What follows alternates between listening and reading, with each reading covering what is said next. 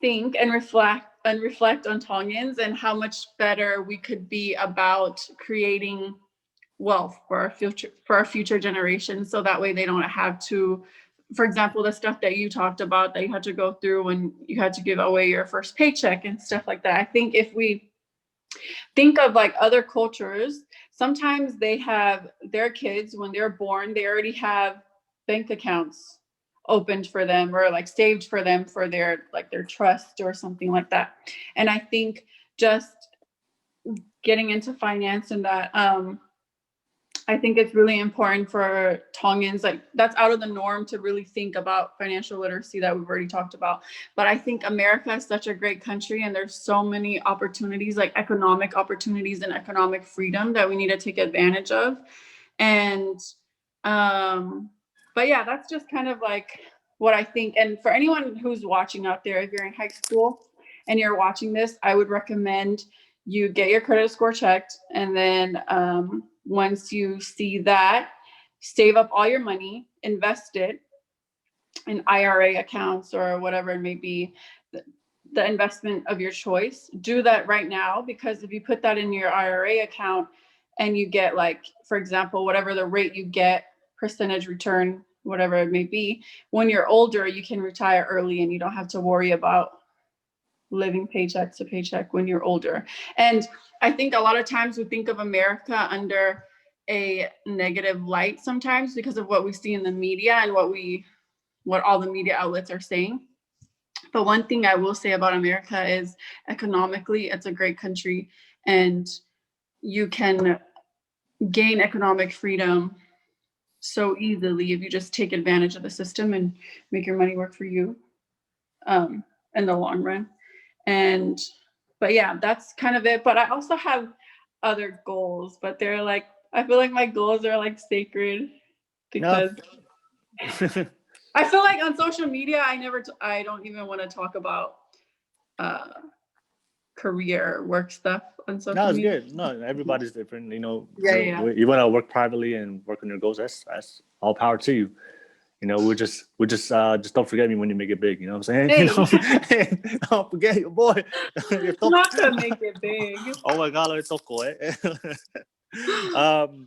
No. Oh my God, I just had a great question that I wanted to ask you, and then it just literally just slipped out of my mind. You lost your train of thought. I definitely lost my train of thought. Maybe give me like 10 seconds, see if I can find it. It would just move on. If I just go on to the next topic, which is something you said. Oh, boom. Okay.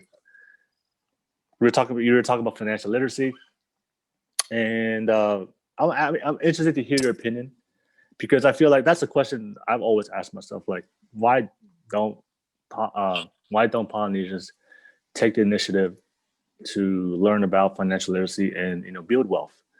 And just live in that cycle. And I feel like there's so much cultural and psychological dynamics that goes behind it. One thing I do know is we're very religious, right? So one thing I do know, because we're so religious, and I've heard this with a lot of Polynesians, is like they don't care about money. Yeah. So this money is not a priority in their life. In the Polynesian hierarchy, as far as priorities, the only thing that they care about is God, family, start a family, have kids. That's it. That's the priority list. If you do check box all those three things, you make sure you take care of God, make sure you take care of your family, you start a family, have kids, then you've completed your purpose in life. And that has become, I guess, the mentality or belief or the cycle. And because I've heard that, like, people are like, why do I need money? I have God. God will take care of me.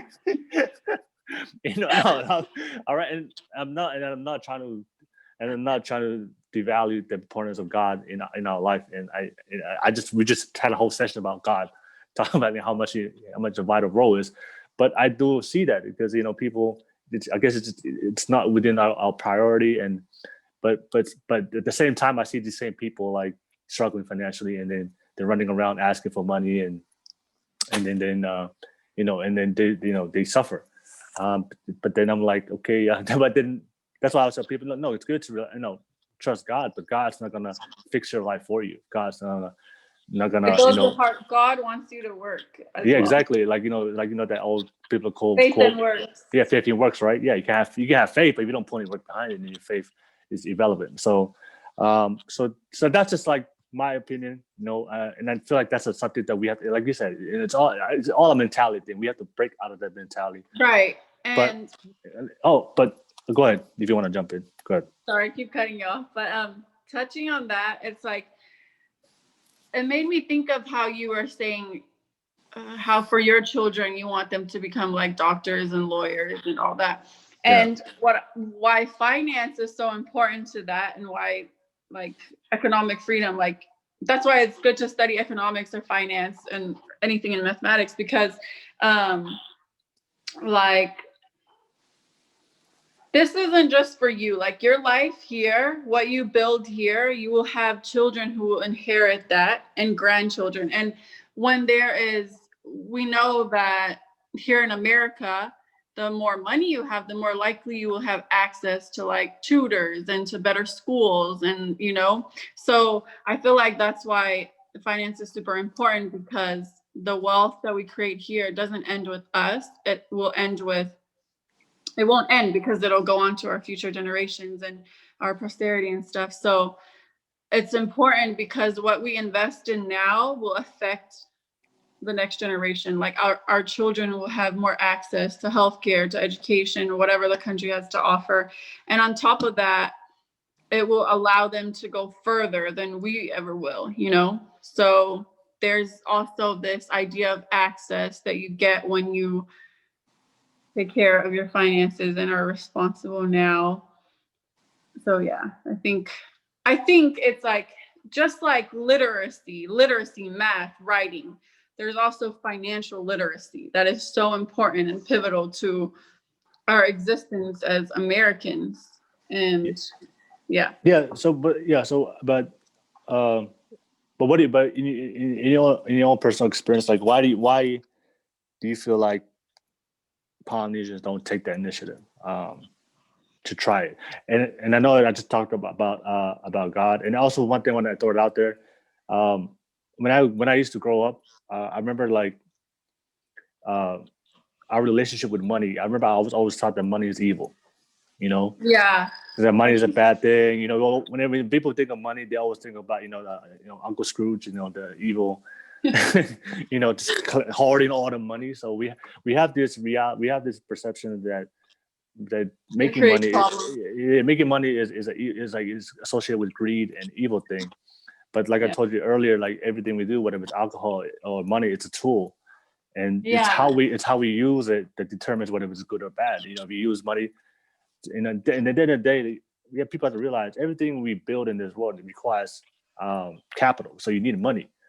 So like if you want to build a house for your family, you want to take care of your family, you want to retire your parents, you want to build schools, you want to, whatever you want to do for your community, for your neighborhood, whatever, like you would need financial capital in order to build those dreams, those visions, those things that we want. And I know a lot of times I hear Polynesians like, how come we don't have more of this in Tonga? How come we don't have this more in Tonga? We don't have more of this. And because nobody's done.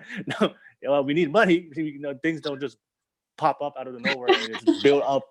Like somebody needs to take the initiative and figure out a plan and build something and find some investors. Like, but those are it's just they don't think about that type of stuff. So as much as we want to live that simple Polynesian life, and all I'm saying is don't complain about stuff if you're not willing to take that step. So what I'm saying, like if you think God, family, and starting kids is what's important in your life, and you're happy, and that's your purpose in life, that's fine. That's cool, but don't complain.